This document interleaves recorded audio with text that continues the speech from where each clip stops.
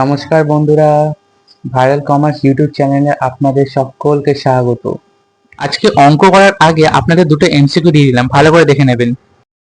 কোশ্চেনে দেওয়া আছে sales 1,30,000, PB ratio 20%, rent 1,000, fixed cost 10,000, what will be the profit? Option দেওয়া আছে।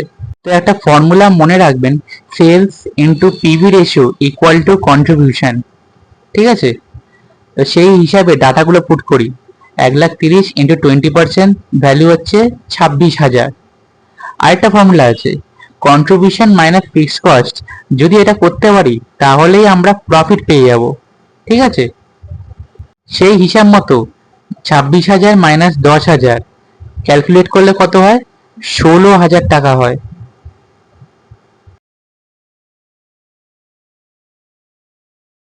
অপশন সি আমাদের রাইট উত্তর।